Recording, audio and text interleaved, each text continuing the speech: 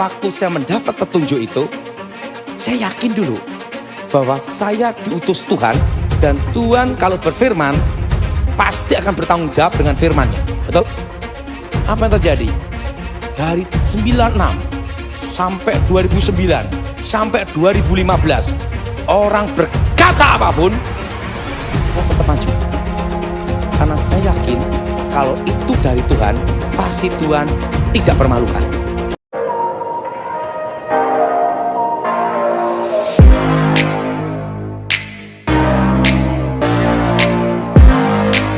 Shalom sahabat John Prekado, senang sekali bisa bertemu kembali dengan sahabat di channel ini. Terima kasih sahabat sudah setia mengikuti channel ini sampai hari ini. Saya berdoa kepada Tuhan, kiranya Tuhanlah yang membalas dan memberkati kita semua.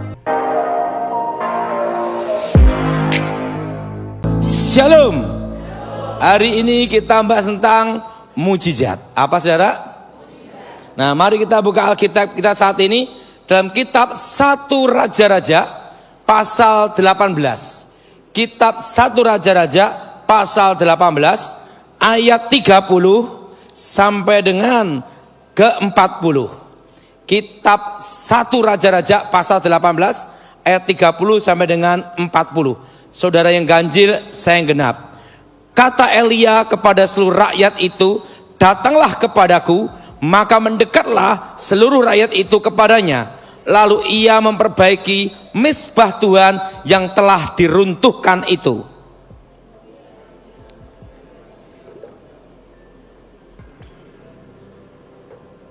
Kayak tawon suaranya. Ayo sekali lagi yang keras saudara. Ayat 31 udah baca?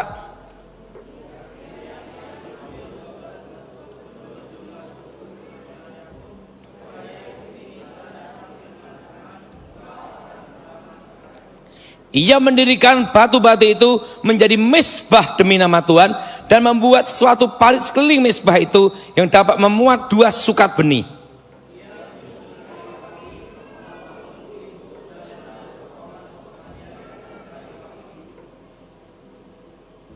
Sesudah itu ia berkata, penuhilah 4 buyung dengan air dan tuanglah ke atas korban bakaran dan ke atas kayu api itu. Kemudian katanya, buatlah begitu untuk kedua kalinya, dan mereka berbuat begitu untuk kedua kalinya. Kemudian berkatanya, buatlah begitu untuk ketiga kalinya, dan mereka berbuat begitu untuk ketiga kalinya.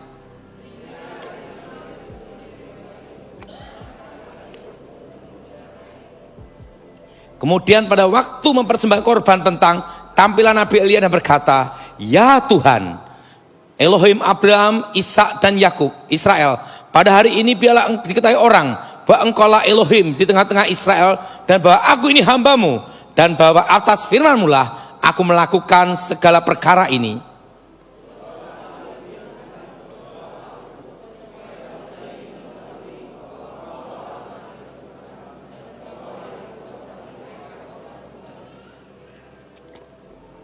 Lalu turunlah api Tuhan menyambar korban bakaran kayu api, batu dan tanah itu, bahkan air yang di dalam parit itu habis dijilatnya.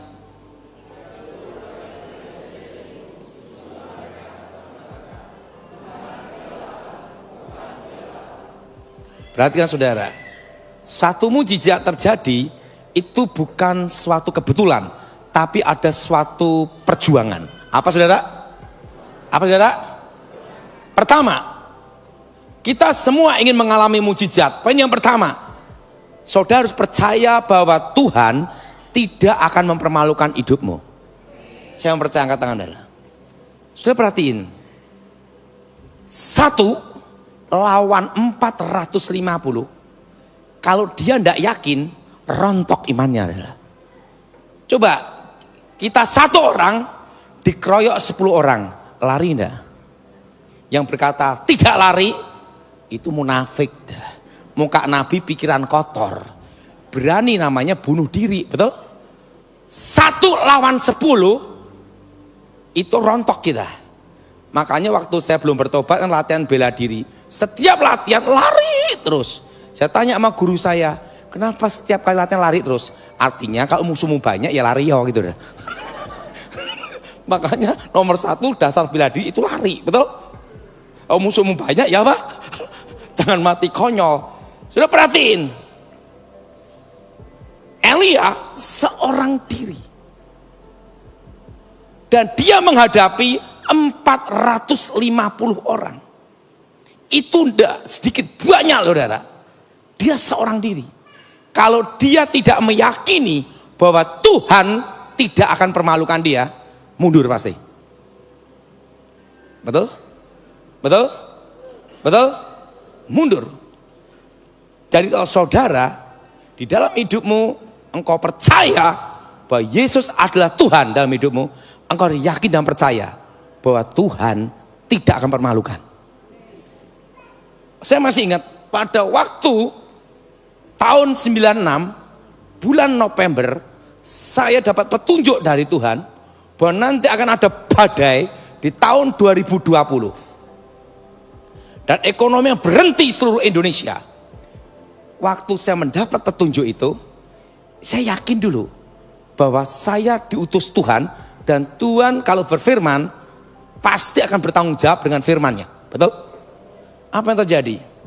Dari 96 sampai 2009 sampai 2015, orang berkata apapun, saya tetap maju. Karena saya yakin kalau itu dari Tuhan, pasti Tuhan tidak permalukan. Dan apa yang terjadi? Di 2019, pendeta-pendeta bernubuat, tahun 2020, tahun berkat, tahun mujizat, tahun kelimpahan. Saya hanya satu orang sendiri berkata, badainya datang di 2020, ekonomi berhenti seluruh Indonesia. Apa yang terjadi? Pendeta-pendeta ngomong ke Pak Gilbert, Daud Tony sesat, nabi palsu, halusinasi macam-macam. Untuk mecat saya tidak bisa dipecat karena saya bukan pendeta. Nggak bisa dipecat ya. Dan apa yang terjadi? 2020 Corona, betul? Tapi kalau waktu itu saya ragu menyampaikan, lain ceritanya adalah karena saya percaya bahwa Tuhan pasti membela firman-Nya. Kalau saya kan menyampaikan pesan, tidak ada beban. Kalau saya kan bukan gembala, bukan pendeta kayak Indra. Kalau ada masalah dengan saya itu pribadi, tidak ada hubungan dengan gereja. Kalau Indra hubungannya gereja dan lain-lainnya, betul? Kalau saya dipecat, minimal 1, maksimal 1, tidak khotbah lagi, kan gitu dah. Nah, kalau saya ada bisnis dan lainnya, tenang-tenang aja adalah. Dan waktu saya sampaikan tentang perak tahun lalu, itu juga orang banyak mencibir, ngatain macam-macam. Tahun lalu 2024 saya bicara perak akan naik berlipat-lipat, perak dan tembaga. Dan tahun 2020 saya bicara tahun 2025 emas akan tembus 2 juta. Orang ngatain saya macam-macam. Setelah terjadi pada bingung semua. Sekarang cari perak susah, betul? Nah, waktu saya bicara 2020 emas masih di bawah 1 juta, betul? Waktu saya ngomong perak di tahun 2024 dikatain apa? Selama 10 tahun perak tidak pernah naik, betul? Tapi pada waktu 2024 saya bicara perak naik, di tahun 2025 del naik, dan tahun 2035 naiknya berlipat-lipat. Karena itu saya beritahu simpelah perak, dan nanti kalau cuan komisi 2% untuk saya. Nah, kalau waktu itu saya tidak yakin untuk menyampaikan, beda cerita, betul? Betul? Nah, waktu saya ngomong Gibran 2021, Wapres Gibran menang, nggak ada yang percaya. Begitu jadi, bingung. Makanya kemarin itu saya ditelepon sama ahli ekonomi, ahli saham, ngomong, Pak Daud, tahu enggak? Sekarang teman-teman saya di saham, patokannya adalah TikToknya Pak Daud. Karena apa? Hukum ekonomi jungkir balik semua. Siapa yang bisa meramalkan perak naik katanya? Emas sampai 2 juta tuh enggak ada yang bisa ngeramalin. Tapi Pak Daud 5 tahun yang lalu sudah mengatakan tahun sekian kan. Itu ahli ekonomi apapun jungkir balik semua. Jadi sekarang gimana? Dari konglomerat Pak Daud sampai pengusaha-pengusaha, lihatnya apa? TikTok Daud Tony katanya. TikToknya apa? Barometernya apa? Ekonomi gimana? Lihat TikToknya, gitu dah. Suatu kali saya punya kawan, CEO ngomong apa? Pak Daud tahu enggak? Waktu itu ada meeting para pengusaha-pengusaha yang ekonomi itu. Tahu enggak Pak Daud? Rumusannya sama dengan TikTok.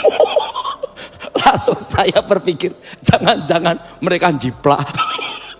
Saya beritahu, pada waktu saya akan nyampaikan itu, kalau saya tidak yakin Tuhan membela saya pasti tidak berani. Betul? Betul? Kenapa saya berani? Karena saya percaya bahwa Tuhan tidak permalukan. Di dalam hidup kita, engkau ingin melihat mujizat Tuhan, engkau percaya.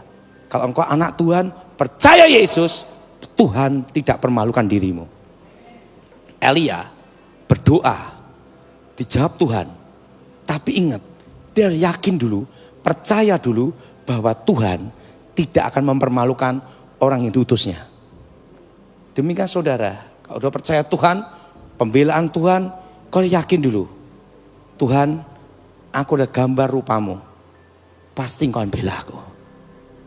Apapun kondisimu, apapun situasimu, pertama satu, bahwa Tuhan tidak akan mempermalukan orang yang berharap padanya. Dan yang kedua, yaitu apa? Membangun mezbah Tuhan. Apa saudara? Apa saudara? Membangun apa? Artinya memperbarui hidup kita, memperbaiki hubungan kita dengan Tuhan. Kita perhatikan, di Alkitab dikatakan, Allahnya Abraham, Allahnya Ishak, Allahnya Israel, Allahnya Yakub. Betul? Abraham, Ishak, Yakub. Abraham, Ishak, Yakub. Allah Abraham, Ishak, Israel. Nah, artinya apa? Abraham setiap tindakannya dia melibatkan Tuhan, membangun mezbah Tuhan. Betul? Ishak setiap kali dia pindah suatu tempat, dia selalu membangun mezbah Tuhan. Artinya selalu memperbaiki hubungan dengan Tuhan. Yakub setiap kali dia melangkah ke suatu tempat yang kelihatannya berbahaya atau kondisi apapun, dia selalu apa? Membangun mezbah Tuhan. Artinya apa? Kita memperbaiki hubungan kita dengan Tuhan. Suatu mujizat terjadi, harus ada pemberesan dalam diri kita dulu. Saya punya mama, itu mama saya ini dalam hidupnya penuh dengan sakit hati, kekecewaan. Apa saudara? Karena mama saya dari kecil disiksa sama ayah tiri. Ingat, teori itu mudah, tapi praktek itu susah sekali. Yang namanya mengampuni. Mama saya itu disiksa ayah tirinya bertahun-tahun. Sampai dia lari dari rumah jadi pembantu di Jakarta. Itu mama saya. Dia cerita. Disiksa sama ayah tiri. Kenapa? Karena nenek saya, itu ayah dari mama saya meninggal, kawin lagi. Nah, ayah tiri kan. Nah, dia disiksa sama ayah tiri. Di dalam kondisi itu, disiksa bertahun-tahun, itu sangat menyakitkan hati. Betul? Betul? Setelah itu menikah, ketemu papa saya, lebih kacau lagi. Kalau miskin sama mama saya, kalau kaya sama perempuan lain. Artinya apa? Sakit hatinya double. Betul? Betul? Betul? Betul? Pertama ayah tiri, kedua dengan suami. Yang menghambat di dalam hidupnya dia adalah apa saudara? Yaitu apa? Akar pahit kekecewaan. Ingat saudara, kalau saudara ingin mengalami suatu mujizat dalam hidupmu, engkau harus belajar mengampuni lawanmu, mengampuni musuhmu, dan berusaha mengampuni dirimu juga. Amin. Mengampuni apa saudara? Diri kita juga. Artinya kita harus tahu bahwa kita perlu pengampunan juga. Bagaimana kamu bisa mengampuni orang kalau engkau tidak bisa mengampuni dirimu sendiri? Betul? Betul? Betul? Mengampuni, koreksi diri kita. Mengampuni dirimu, mengampuni orang lain. Dan yang paling susah adalah mengampuni orang yang pernah mengkhianati. Betul? Nah, ada dua di sini. Pertama ayah tiri, kedua suami. Susah sekali. Tetapi mujizatnya satu adalah, walaupun benci sama papa saya, anaknya 5 adalah. Anaknya 5, laki semua. Dan hidup mama saya itu berat sekali dan susah sekali. Kenapa berat dan susah sekali? Saudara, membesarkan 5 anak laki semua beda dengan membesarkan 2 anak perempuan atau 3 anak perempuan. Beda. Kalau membesarkan anak perempuan, pusingnya itu pada waktu besar. Nikah sama siapa, jodohi sama siapa. Waktu kecilnya tidak terlalu repot. Betul? Kalau laki, kecilnya repot, besarnya juga tambah repot. Betul? Betul? Dan ingat, ini pengalaman hidup saya. Seorang ibu, apalagi kalau anak laki-laki itu paling disayang, kalau menikah, belum tentu seorang ibu itu merelakan anaknya sama istrinya berdua gitu. Ada rasa cemburu, betul enggak? Betul lah? Yang ngomong betul-betul ngalami itu lah. Nah, mama saya ada kekecewaan akar pahit di dalam dirinya. Tapi dia perlu suatu mujizat dalam hidupnya. Nah, yaitu apa? Ingin rumah tangga, keluarga dipulihkan. Bagaimana supaya papa saya bertobat? Bagaimana supaya ekonomi dipulihkan? Karena kondisi miskin sekali. Saya ngalami 1 telur dibagi 4. Caranya gimana? Kasih garam yang banyak. Terusan dibikin telurnya gosong. Jadi kalau makan dikit aja, teng sampai kepala. Jadi saya pernah ngalami 1 telur bagi berapa? 4, digoreng sampai gosong. Nah itu rasanya gurih asin dari 1. Sepotong segini bisa nasi 1 piring. Saya ngalami itu saudara. Pada waktu itu mama saya sakit ginjal, 2 ginjalnya rusak. Dan dokter bicara cuci darah tidak bisa nolong, hanya memperpanjang. Donor ginjal 50% berhasil, 50% gagal. Dan siapa yang akan mendonorkan? Mahal. Pada mama saya hidupnya susah, tidak ada uang. Nah, waktu itu saya waktu baru bertobat, saya ngomong sama mama saya, mau tidak mama percaya Yesus? Kalau Yesus adalah Tuhan, dia bisa menyembuhkan saya. Waktu itu saya tumpang tangan mama saya masih ingat itu tahun 93. Tiba-tiba ada aliran listrik luar biasa, kurang gitu, masuk ke badan saya, langsung ke mama saya, sembuh seketika. Dan mama saya sembuh tanpa dokter, tanpa operasi, tanpa obat. Itu sembuh tahun 93. Dan mama saya meninggal tahun ini. Berarti dia mengalami mujizat berapa puluh tahun. Sehat, sembuh. Dan apa yang terjadi? Dia ingin papa saya bertobat. Tiap hari didoakan. Makanya dalam hidup kita ini ya, semakin dekat Tuhan, semakin godaan itu besar. Semakin sudah diberkati Tuhan, ujian itu besar. Ujian laki-laki itu justru pada waktu diberkati. Semakin kaya, semakin terkenal, itulah ujian paling berat. Beda dengan perempuan. Perempuan itu diuji pada waktu suami miskin dan bukan siapa-siapa. Ditinggal apa tidak, betul? Betul? Bapak-bapak ada yang ketawa itu terasa. Laki-laki rata-rata selingkuh itu setelah punya uang banyak, betul? Kalau tidak ada uang, siapa yang mau? Betul? Betul? Wow, ketawa-ketawa dari pelaku dah. Nah, ujian paling berat.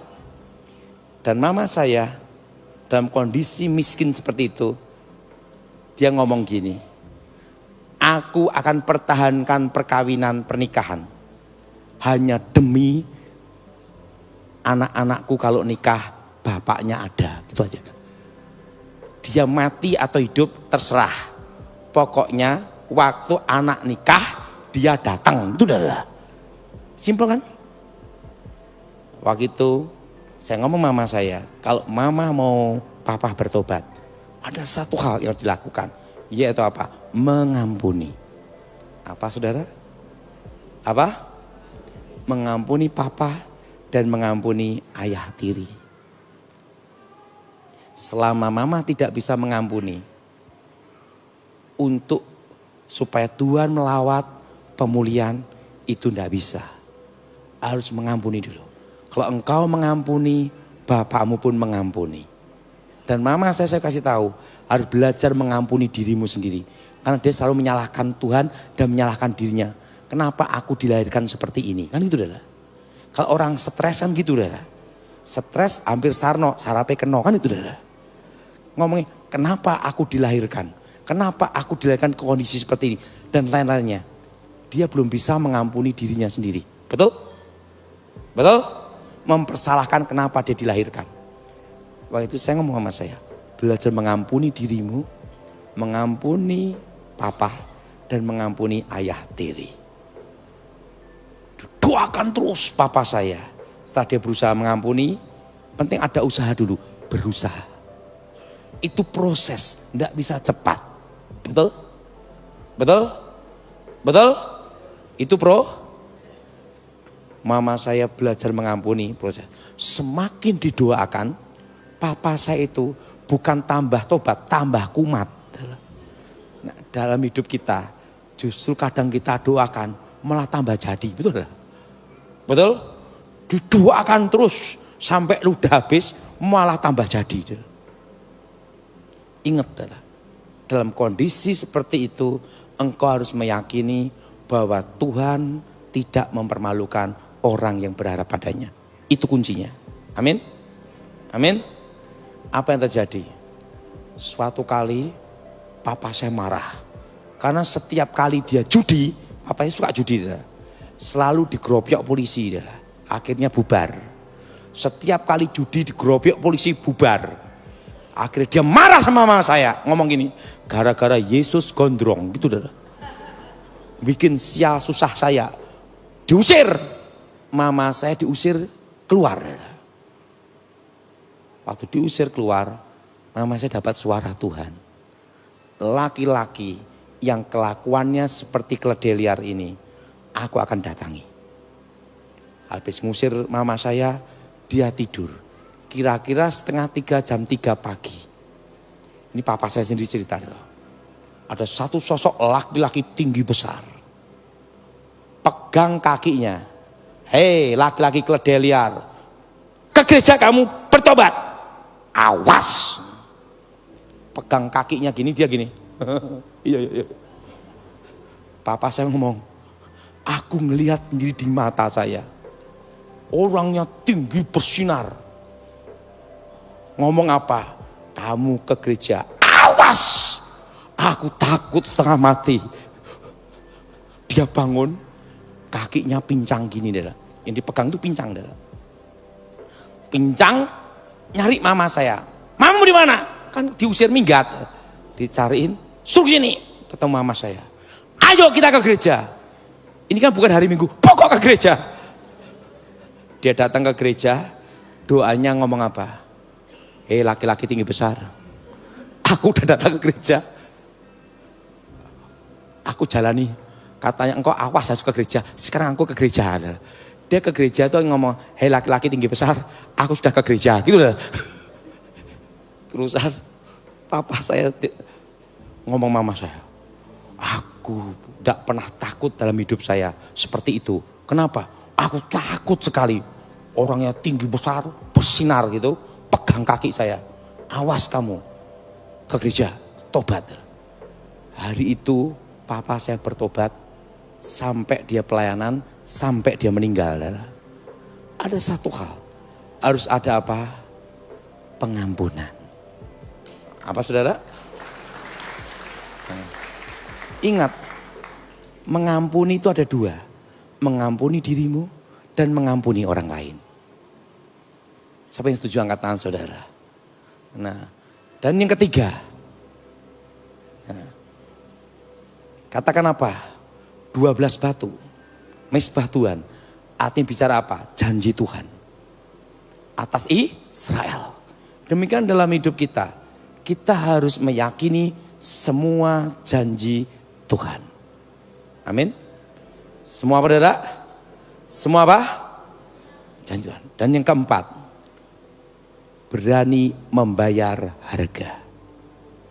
Banyak orang ingin mujizat tapi tidak mau bayar harga. Inginnya semua jalan tol. Tol aja di Jakarta sering macet, betul? Nah, saudara, saya masih ingat sampai detik ini saya tidak bisa lupa. Saya tahun 93, 94, saya dikirim ke Kalimantan Barat di tempat pedalaman. Nah, Indra harus ngalami itu, Indra. Masuk pedalaman. Hah? Apa? Oh, PLI. Harus ngalami itu. Nah, harus ngalami di pedalaman. Tahun 93 saya dikirim di pedalaman. Waktu itu saya dikasih uang sama mama saya itu 100.000 rupiah. Berapa saudara? 100.000 rupiah. Bukan dolar, ini rupiah. Itu tahun 93, 94. Dan waktu itu tiket bukan pesawat loh saudara, tiket kapal. Dan kapalnya pun kapal barang. Dan kapalnya saya masih ingat sampai detik ini namanya kapal Binaya. Semarang, Pontianak. Kapal barang. Di situ ada kambing, ayam, sapi, ada semua ada. Jadi masuk situ ya ada beolnya ayam, beolnya kambing. Pokoknya di dalam itu keluar mabok dah. Waduh, di kapal barang itu. Waktu desak-desakan, ini waktu desak-desakan dah. Waktu desak-desakan, wah, desak-desak, wah, berdesakan gitu dah. Waktu berdesak-desakan gitu, wah, desak-desakan gini dah. Ada pendeta, terbentur kepalanya, bocor kepalanya. Pendetanya bocor kepalanya. Nah, begitu kepalanya bocor, tiba-tiba Tuhan bicara sama saya. Berikan uangmu semua ke dia. Mateng dah adalah 100.000. Kita ke Kalimantan Barat. Kita tidak tahu medannya. Betul? Kondisinya gimana? 100.000 tok loh adalah. Ingat ya, Tuhan itu lebih tahu daripada saudara tentang masa depan. Saya ngomong sama Tuhan, Tuhan, dia 50.000, aku 50.000. Yo kita ini iman sih iman, tapi harus mikir juga, betul? Lo bener lah, 100.000 dikasihkan dia haleluya, kita yang mumet, betul lah? Lah kita mau makan apa, betul? Betul? Iman sih iman, tapi mikir juga, betul lah? Tuhan bicara, tidak. Gini Tuhan, dia 75.000, aku 25.000. Itu udah susah bagi saya. Karena aku kan mau ke Kalimantan. Aku enggak tahu medan di sana itu gimana, betul? Tuhan ngomong, tidak. Tuhan ini terakhirlah. Dia 90.000, aku 10.000. Tuhan ngomong, baiklah. Mateng enggak, darah? Sebulan di Kalimantan Barat 10.000, mati enggak saudara? Pendetanya, Pak Pendeta, ini ada berkat untuk Pak Pendeta. Terima kasih kerelaan hatimu. Hatiku, aku enggak rela. Aku enggak rela, tapi aku takut sama Tuhan aja. Terpaksa. Kalau enggak ada suara Tuhan, aku tidak mau. Yo kan konyol, darah. Di Kalimantan ya, darah. Hidupnya gimana? Kelanjutannya saya gimana? Betul, darah. Nah, Pendetanya berdoa, wah engkau diberkati Tuhan karena kerelaan hatimu. Dalam hatimu, rela tamu. Aku kalau ingat darah, walaupun tidak rela, aku tuh taat loh darah. Walaupun dongkol, aku mau juga. Karena aku lebih takut Tuhan daripada ini. Ya udah, dia ngomong haleluya. Namanya pendetanya, seingat saya namanya Sulaiman. Saya masih ingat itu. Tinggal 10.000 ini. Tinggal 10.000. Sampai di Pontianak. Wah. Bingung ini. Nanti yang jemput siapa? Naik apa? Tahu enggak saya naik apa? Naik truk saya. Naik truk saya tuh naik angkot. Transit sebentar aja. Saya naik angkot. Naik angkot. Udah. Karena dijemput sama gereja. Oke, tenang aja, angkutannya ini yang ngasih. Oh iya gitu. Terkadang sebentar aja tapi. Nah angkot, terus sampai Singkawang. Sampai Singkawang, wah saya kirim saya diutus di Singkawang ini, di tempat saya sekolah. Bayangin teman-teman dikirim di Semarang, di kota-kota. Saya pikir kan saya di Singkawang dah. Enggak, saudara. Aku dikirim pedalaman, saudara. Pedalaman itu, saudara, saya masih ingat. Pak Daud ini di situ hati-hati karena itu budaya Kapkayo, penggal kepala. Dan di sana masih ada kanibal, orang makan orang. Daud, kamu kan putih, ingat di sana. Oh iya. Terusan, waduh, gimana ini? Udah tinggal 10.000, mau dikirim di pedalaman. Satu malam tuh jalan kaki, saudara. Nggak boleh pakai benda penerang, gini-gini, saudara. Ke tempat itu, saudara. Ke tempat itu, saudara. Benar, saudara. Tidak ada toko, tidak ada minimarket, nggak ada pasar sama sekali. Mereka tinggal di atas pohon. Dan di panggung-panggung, jadi uang tidak berlaku. Mau ndak mau, begitu nyampe datang, cari makan sendiri. Cari nyerok yang namanya tengkuyung. Itu kayak keong segini, kalau di sini namanya kol nenek ya. Nyerok-nyerok gini. Nyari keong untuk makan. Ya. Mau beli apa ndak bisa. Indomie aja juga ndak ada. Di pedalaman tengah-tengah hutan. Saya masih ingat kebaktian hari pertama. Yang khotbah saya, yang nyanyi saya, mimpin pujian saya, yang ngeden kantong lekte saya, jemaat 1. Jadi persembahan berapa lo ngasih gua tahu. Kenapa? Hanya dia doang.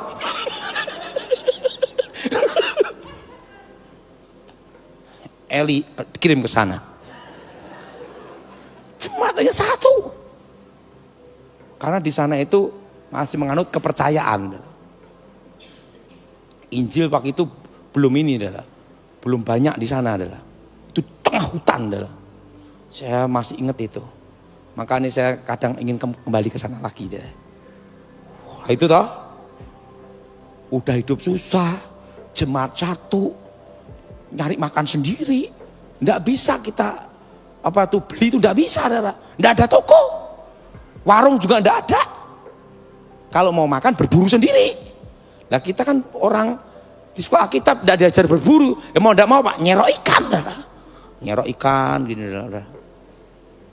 Udah hidup susah, dikirim santet lagi, dikirim mando terbang, saya tengking, saya tani keluar, sampai kuci-kuci terbang keluar semua, jatuh semua. Udah hidup susah, hari Minggu, tiba-tiba datang banyak, bawa tombak, bawa panah, bawa mandau. Saya pikir udah hidup susah. Apa mereka mau kebaktian bertobat semua? Nggak taunya apa? Mau perang. Kalau mangkok merah berjalan itu artinya perang. Nggak taunya yang ngirim saya ilmu hitam itu ketua adat sama ketua kepala suku.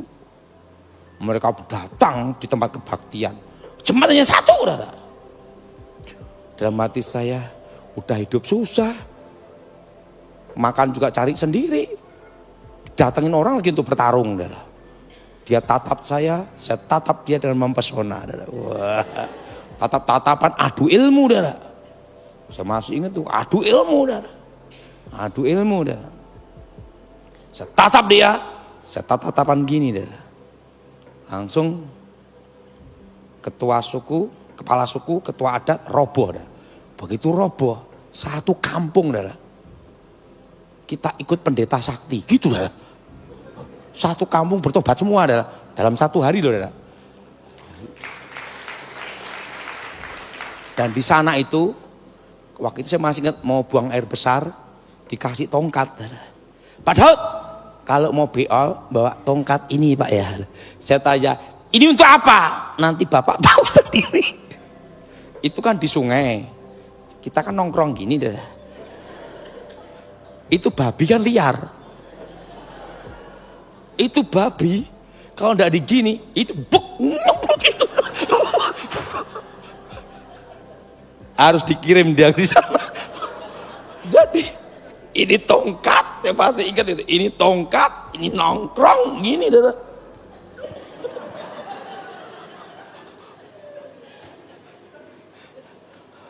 Wah, saya masih ingat itu. Sebulan loh, saudara. Begitu ketua suku, kepala adat, kepala suku, kepala adat bertobat, saudara. Saya masih ingat itu. Apa yang terjadi? Pagi, babi hutan. Wah. Siang, kancil. Malam, rusa. Dari setiap buruan mereka pertama kali makan saya adalah full kolesterol. Padahal sebelum udah susah dulu. Itu sampai saya ke tiga kampung bertobat semua. Itu tiap hari baptis terus. Yang baptis waktu itu pendeta Matius mau. Tahu enggak, saudara? Saya dipanggil untuk kembali ke Solo. 10.000 itu tetap utuh loh, saudara. 10.000 itu tetap utuh. Saya kaget juga. Jadi uang itu enggak digunakan, saudara. Jadi di situ saya lihat 10.000 rupiah itu tetap utuh, saudara. Di situ saya baru mengerti, saudara. Harus apa? Berkorban, betul? Betul? Apa, saudara? Saya masih ingat kalau di Manado, saya masih ingat itu. Suatu kali saya diminta untuk seminar ada di daerah arah Tomohon ya. Di situ tuh ada seorang yang demonstrasi berdiri di atas pedang. Di pedang tuh berdiri dong. Terusan dia pakai ini, gini, hardtop ditarik dengan pedang di mulutnya adalah. Zaman itu saya masih ingat. Dan dia sering ngerjain pendeta-pendeta. Dia punya kuasa gelap dan sering ngerjain pendeta-pendeta. Jadi pendeta doa-doa, gitu adalah. Kebal senjata, tembak apa, bacok apa, dia kebal senjata adalah. Waktu saya seminar, saya masih ingat itu. Saya lihat burung hantu, ada di atas kepalanya. Terus, enggak tahunya dia berdiri nantang saya untuk bertarung. Bayangin udah hidup susah, dia tantang bertarung. Wah, waktu itu baru bertobat, dia jual ya saya beli. Baru bertobat ya. Dia tantang saya bertarung, saya masih ingat itu.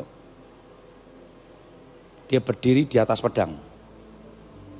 Dan dia ditembak, dibacok dan mempan. Kebal senjata. Rambutnya gini, dipotong, tidak mempan. Nah, udah tahu? Dipotong, tidak mempan. Dia tantang saya bertarung. Itu di daerah Manado. Saya masih ingat, arah Tomohon itu. Dia ngomong gini. Kalau Bapak dulunya orang sakti, pasti bisa ngalahkan saya. Tapi jangan gunakan nama Yesus. Nggak taunya dia dukun Kristen. Nggak boleh nyebut apa? Nama Yesus. Nah, langsung saya tanya itu. Kamu udah nikah atau belum? Kan dia enggak, kita ngomong dia nggak boleh nyebut nama Yesus. Gitu lah. Ya udah. Berarti harus saya gunakan teknik. Oke. Tidak boleh nyebut nama Yesus ya? Iya, ada pendeta-pendeta. Baik, saya tidak menggunakan nama Yesus. Oke. Saya tanya dulu. Kamu kebal senjata? Ya. Silet? Tidak mempan. Rambut dipotong? Tidak mempan. Oke. Untungnya saya tuh sebelum bertobat kan belajar ilmu kebal juga. Ilmu kebal itu ada 2 jenis. Kebal sempurna. Itu harus seorang perjaka ting-ting, tidak boleh tong-tong, dan tidak boleh menyentuh wanita, dan tidak boleh ada nafsu dengan wanita, termasuk dengan sesama, itu namanya homo ya, bukan? Karena itu ini kebal sempurna, dan kebal sempurna itu mulut kebal, tembak dan mempan, rambut dicabut tidak bisa.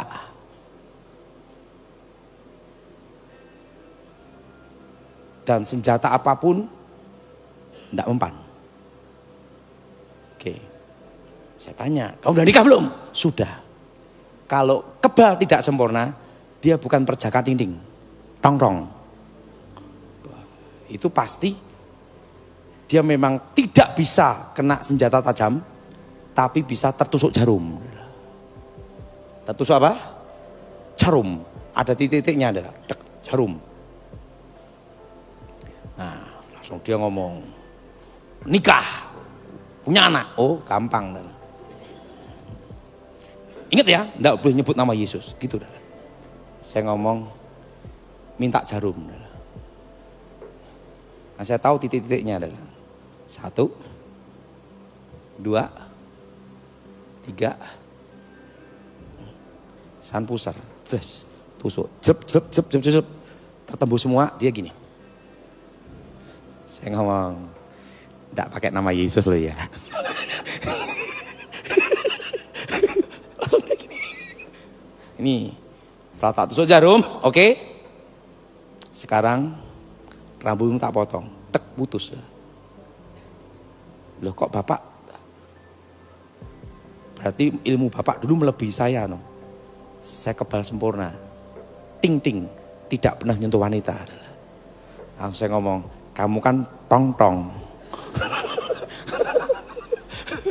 Terus dia ngomong, oh, untung saya udah bertobat. Kalau saya belum bertobat, kamu ketemu Tuhan hari ini. Walaupun tidak pakai nama Yesus, saya bisa tahu titik mana yang bisa mengalahkan ilmu kebal kamu. Tusuk jarum aja, cep, sini, sini aja, des, sini dah, tes, kekuatan kebal kan di sini dah, tes, tusuk bagian ini sininya, tek, ulu hati, tes, tidak bisa gerak dah. Gunakan ilmu kebal kamu, semakin kamu gunakan, semakin muntah darah dah, bisa mati perlahan dah. Silakan coba, tidak bisa gerak dah, selesai, langsung dia tobat. Saya pikir-pikir kadang tuh Tuhan itu ya, kita punya masa lalu, itu ada gunanya juga, betul gak? Betul? Dia ngomong gak boleh nyebut nama Yesus ya sudah, ya tak ladeni bener lah. Suatu kali ada kasus di Gresik. Ada penjahat ditangkap polisi. Polisinya pukul, jebret, yang pinjol polisinya adalah. Setiap diapakan yang kena yang nyide itu adalah. Dia ngomong, gimana kelemahannya Pak Daud? Ah tenang aja, itu ibunya bumi, gantung, tidak nyentuh tanah, gebukin opnam, kebalnya hilang. Nah itu banyak kasusnya. Satu hal saya belajar, saudara, kita kalau bersama Tuhan harus mau apa? Berani berkorban, membayar apa? Harga. Banyak orang ingin mengalami mujizat, tapi tidak berani membayar harga. Betul? Kita maunya kebaikan Tuhan, tapi tidak mau bayar harganya. Ingat saudara, Elia berani membayar harganya. Yaitu apa? Waktu itu cari air susah, dia kasihkan air. Betul? Cari lembu susah sekali, persembahkan lembu. Artinya apa? Dalam hidup ini kita harus berani apa? Membayar harga. Banyak orang ingin mujizat, tapi tidak mau membayar harganya. Betul? Betul? Betul? Betul? Makanya saya beritahu, kalau kita ingin mujizat, harus berani membayar harga. Dan berikutnya adalah apa? Aku melakukan ini karena nama Tuhan. Amin. Satu hal. Jadi kalau saudara ingin mujizat, engkau harus berani membayar harganya. Saya setuju, angkat tangan saudara. Amin. Tidak usah banyak-banyak. Kita aja kalau mau nikah harus membayar ya, betul lah. Membayar maharnya, betul? Betul? Betul? Yang jadi pertanyaan, kita semua ingin mujizat. Kita semua ingin dipulihkan. Kita semua berdoa. Tapi ada satu pertanyaan, apakah kita mau membayar harganya? Waktu itu kekeringan, cari air susah, cari lembu susah. Air harus ada, lembunya harus ada. Artinya apa? Ada harga yang harus dibayar. Ini jadi pertanyaan satu hal. Apakah engkau mau membayar harganya? Siapa yang mau bayar harganya? Angkat tangan saudara. Ingat saudara, kita ingin mujizat. Kita ingin mengalami pemulihan. Kita mengalami berbagai hal yang baik Tuhan. Tapi jadi pertanyaan satu, beranikah kita membayar harganya? Waktu kekeringan untuk cari sapi itu susah. Cari air susah. Tapi harus bayar harganya, ada sapi dan air. Betul? Ada korban. Saya beritahu pada saudara, maukah kita berkorban? Amin. Saya beritahu, yang paling susah dalam hidup ini adalah membayar harganya. Kalau doa orang bisa, tapi membayar harga belum tentu mau. Jelas? Jelas? Jadi saudara, lakukan sesuai firman Tuhan. Kedua, mau berkorban dan membayar harganya. Saya percaya saudara, saya kan diminta saudara ya, waktu itu ada petunjuk penting. Tahun depan kita mengalami resesi yang paling berat melebihi tahun ini. Tapi tahun depan saya percaya, karena saya diminta untuk melakukan doa untuk negara kita. Supaya tahun depan resesi ekonomi bisa diatasi. Dan saya percaya tahun depan resesi bisa diatasi. Makanya saudara 15 menit sudah berdoa untuk negara kita dan pemulihan negara kita. Tahun depan itu puncaknya resesi ekonomi. Itulah badai yang datang sebenarnya. Nah, dan ingat, harga-harga naik tapi pembeli susah. Itu nanti di tahun depan. Nah, waktu itu kawan saya Letnan Jenderal Gleni Kerupan yang selalu di samping Pak Prabowo memberitahu saya, Daud, doa untuk negara kita.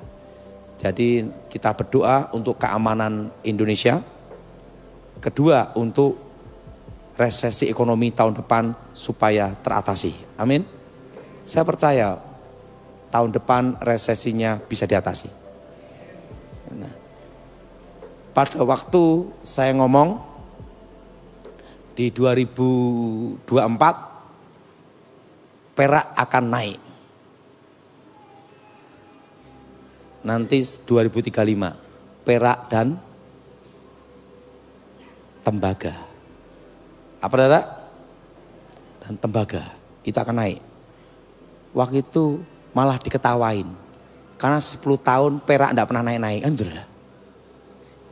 Tahun ini udah naik berapa persen? Dan itu akan naik terus sampai 2035. Harga-harga akan naik, yang tidak naik hanya satu, harga diri. Nah, tapi saya percaya semua akan teratasi di tahun depan. Resesi ekonomi. Ada yang tanya sama saya, pulihnya kapan kira-kira Pak Daud? Yang jelas 2032 itu baru awal dari pemulihan. Masih lama. Mari kita bangkit berdiri saat ini.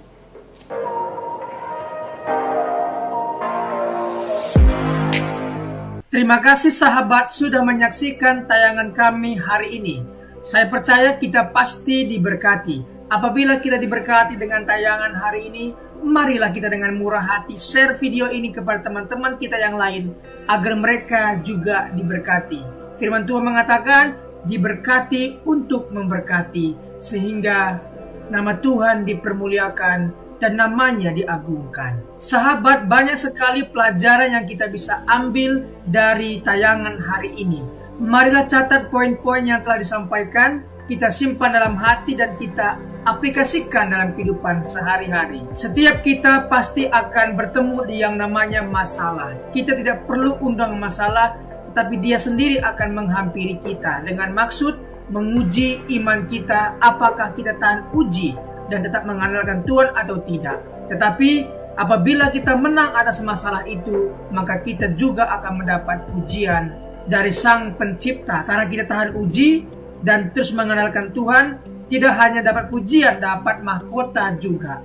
Mahkota abadi karena kita setia dan tetap kuat dalam Tuhan.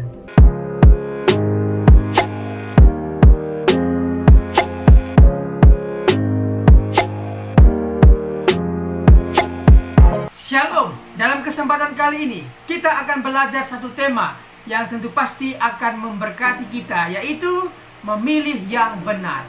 Orang percaya pasti memilih yang benar, memilih kegiatan pekerjaan yang benar yang menguntungkan dirinya di masa depan. Apabila hari libur, apakah yang akan kita lakukan? Apakah kita bermain game sepanjang hari dan membuka aplikasi main game sepanjang hari? Apakah itu yang akan kita lakukan? Orang percaya pasti menggunakan waktu yang sangat bijak. Bisa belajar, bisa beristirahat, dan juga bisa membantu orang tua. Jadi sekali lagi, orang percaya pasti menggunakan waktu sebaik-baiknya. Dia belajar, dia juga beristirahat, dan dia juga membantu orang tua, membantu orang-orang di sekitarnya. Sekali lagi, orang percaya pasti memilih yang benar. Ingat, 3B. Yang pertama adalah belajar, bekerja, dan beribadah. Ingat hal ini, ingatlah selalu belajar, ingatlah selalu bekerja, dan beribadah kepada Tuhan kita, Yesus Kristus. Sekali lagi kita akan belajar tentang tema memilih yang benar. Kita belajar dari tokoh satu Perjanjian Lama, satunya Perjanjian Baru. Kita mulai saja belajar dari tokoh Perjanjian Lama, yaitu Nuh. Kita akan belajar dari seorang tokoh yang bernama Nuh. Hal-hal apa yang akan kita pelajari? Mari kita dalami. Kejadian 6 sampai 10. Tetapi kita fokus di Kejadian 6 ayat 5 sampai 8. Mari kita baca firman Tuhan. Ketika dilihat Tuhan bahwa kejahatan manusia besar di bumi dan bahwa segala kecenderungan hatinya selalu membuahkan kejahatan semata-mata, maka menyesallah Tuhan bahwa ia telah menjadikan manusia di bumi dan hal itu memilukan hatinya. Berfirmanlah Tuhan, aku akan menghapuskan manusia yang telah kuciptakan itu dari muka bumi, baik manusia maupun hewan dan binatang-binatang melata dan burung-burung di udara, sebab aku menyesal bahwa aku telah menjadikan mereka. Tetapi Nuh mendapat kasih karunia di mata Tuhan. Mari kita pelan-pelan mempelajari ayat ini. Pertama, ketika dilihat Tuhan Dari sorga Tuhan melihat ke bumi, dan dia melihat dan mendapati kejahatan manusia besar di bumi, dan bahwa segala kecenderungan hati manusia selalu membuahkan kejahatan semata-mata. Di sini kita tahu bahwa alasan Tuhan marah itu karena ulah manusia. Kita lihat ulah manusia ini mengakibatkan hal apa saja. Pertama, Tuhan menyesal ya karena ulah manusia itu, sehingga lingkungan sekitar, yaitu hewan, binatang-binatang juga mendapat hukuman dari Tuhan. Jadi dari ayat ini kita bisa tahu bahwa Tuhan menyesal karena ulah manusia, dan dampak dari itu hewan-hewan pun mendapat resiko, mendapat konsekuensinya dari perbuatan manusia. Ketika kita membuang sampah sembarangan, apa yang terjadi? Tentunya pencemaran air. Binatang yang hidup di air tercemar, dan hewan-hewan atau binatang yang hidup di air bisa mati karena ulah manusia membuang sampah sembarangan. Jadi marilah kita menjaga lingkungan kita sebaik-baik mungkin. Baca ayat 7 ya. Berfirmanlah Tuhan, aku akan menghapuskan manusia yang telah kuciptakan itu dari muka bumi, baik manusia maupun hewan, dan binatang-binatang melata, dan burung-burung di udara, sebab aku menyesal bahwa aku telah menjadikan mereka. Tuhan menyesal karena manusia, karena itu hewan pun kena dampaknya. Tetapi Nuh mendapat kasih karunia. Mengapa Nuh mendapat kasih karunia? Mari kita dalami. Siapa Nuh? Nuh adalah orang yang benar di mata Tuhan. Ingat, orang benar belum tentu benar di mata Tuhan. Tetapi orang yang dibenarkan Tuhan, yang sudah diampuni Tuhan, dimaafkan Tuhan, dihapuskan Tuhan dosanya, dibenarkan oleh Tuhan karena dia percaya, dan saya percaya kepada Tuhan dan kemudian saya dibenarkan, maka orang benar ini mestinya melakukan hal-hal yang benar yang menyenangkan hati Tuhan. Seperti Nuh. Nuh benar di mata Tuhan dan dia mendapat kasih karunia, dan dia dibebaskan dari malapetaka kedahsyatan air bah. Oke, kita belajar lebih dalam lagi. Tidak mau terpengaruh oleh pikiran, perkataan, dan perbuatannya. Artinya Nuh tidak mau terpengaruh pikirannya dengan pikiran-pikiran dunia, perkataan-perkataan dunia, perbuatan-perbuatan dunia yang tidak memberikan contoh. Dia tidak mau mencemari pikirannya, perkataannya, dan perbuatannya. Kita tahu bahwa sebuah kapal tidak akan tenggelam dengan air yang di sekitarnya. Akan tetapi kapal itu akan tenggelam apabila air yang di sekitarnya sudah masuk ke dalam. Artinya kita tidak akan bisa terpengaruh apabila kita tidak mengizinkan perkataan-perkataan orang masuk ke dalam pikiran kita. Jadi pikiran kita ini adalah sebuah aset, sebuah properti yang sangat berharga. Jangan kita mau dikotori, dirusak properti kita oleh perkataan-perkataan orang. Jangan sekali-kali mengizinkan hal itu masuk ke alam pikiran kita. Tetapi mari kita pikirkan yang ada di atas, yang di sorga, yang indah, yang mulia. Itulah yang dilakukan oleh Nuh, sehingga Nuh berkenan di mata Tuhan.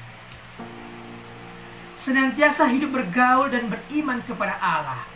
Orang yang sudah dibenarkan oleh Tuhan, maka senantiasa dia bergaul dan beriman kepada Tuhan. Apa yang dia lakukan, yang ada di Alkitab yang benar, perkara-perkara yang baik, itulah yang kita lakukan.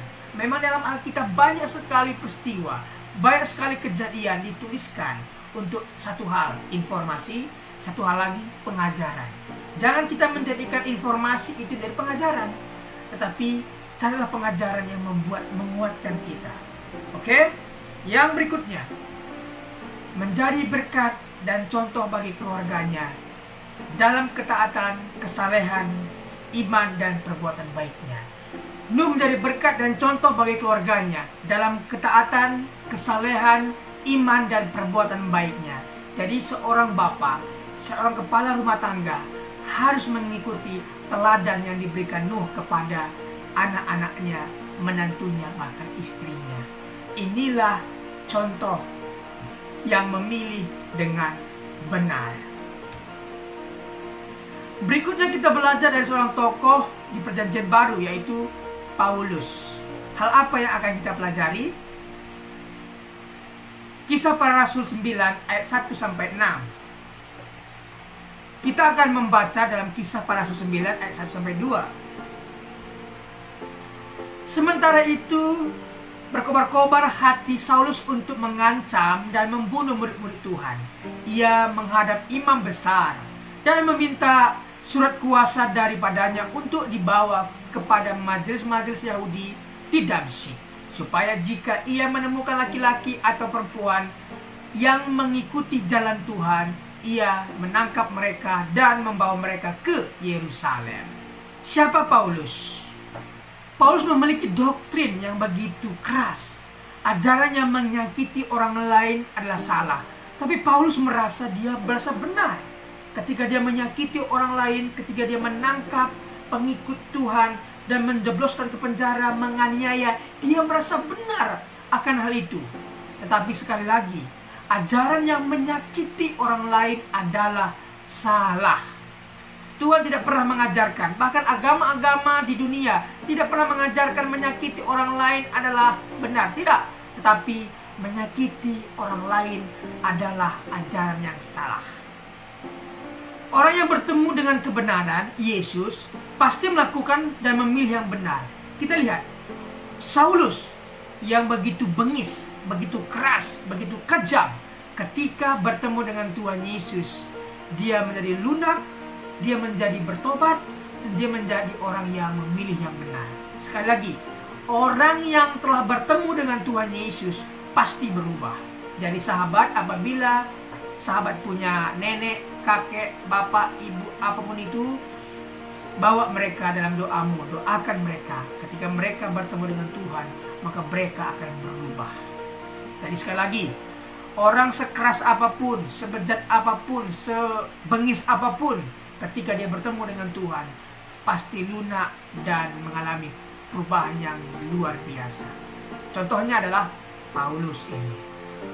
Paulus memilih untuk menjadi pelayan Tuhan. Ketika dia bertemu dengan Tuhan, dia dibutakan dan dia di sana bertobat, berpuasa, kemudian dipulihkan, disembuhkan butanya, dan akhirnya dia memilih menjadi pelayan Tuhan. Memang Tuhan telah memilih dia dan menyiapkan dia menjadi penginjil luar biasa.